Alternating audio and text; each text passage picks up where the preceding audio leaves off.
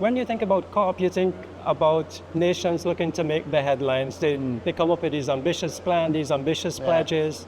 How are you going to move away from that, given that there's been so much that's been talked about that hasn't been implemented? Yes, it's true that the process sounds very frustrating, but and you're also right that people sometimes go and make a speech and just don't do what they said.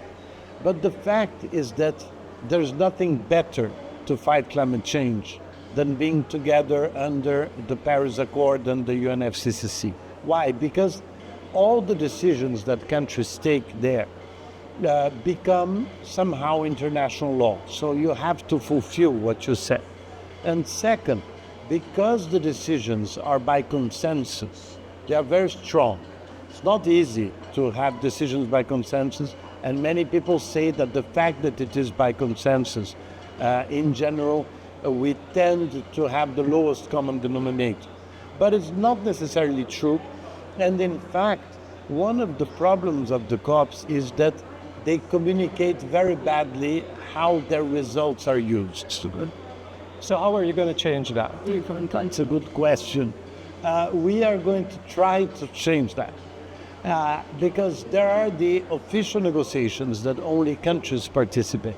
And there is also the action agenda, which is at the same time and in the same place, but where you have the people that have to implement what was decided. So it's local governments, private sector, universities, NGOs, communities. So in that action agenda, we think there is a potential of enormous strength for the regime. And so that's what we're going to concentrate on.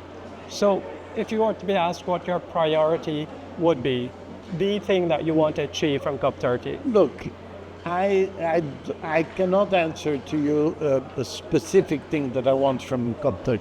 But one thing that I would love in COP30 is if climate is included in finance and economics as something that is mainstream and not something that is a niche or a specific thing. I think that we have to mainstream climate in the economy of the countries and in the international finance. Now, on the COP30 agenda, you have 6 axes, one of them being biodiversity, oceans, and forests. How do you take what is happening here in Guyana at this Global Biodiversity Alliance Summit and take it to COP30? That's exactly our idea, is that we chose some themes that we already have international agreements about and that were somehow formalized in the global stocktake that happened in Dubai. So in that room where we're going to have many meetings, we are going to be able to talk about initiatives such as this initiative that has a great contribution to the fight against climate change, because now we see much more clearly than 30 years ago when we signed the agreement that biodiversity and climate have to be together.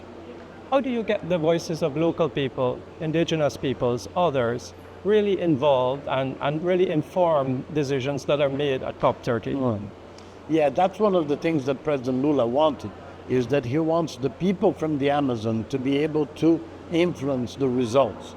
So we have created a series of groups to support the presidency.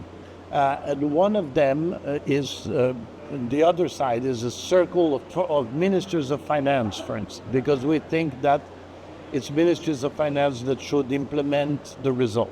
But there is also a circle of peoples, and this circle of peoples is a circle that bring together indigenous peoples, Afro-descendant people, and other people that live in the forest to influence the building of the COP, and not only to go to the COP one day and make one speech. No, we want them to participate in the shaping of what we can get.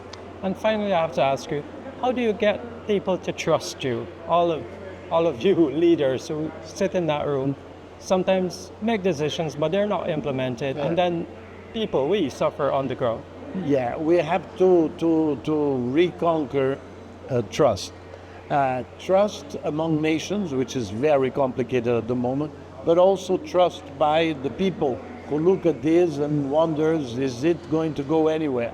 So the great priorities of President Lula is first to strengthen the perception that we have to work together. So multilateralism as the way to fight climate change. And second is that we have to translate better to people what these meetings lead to.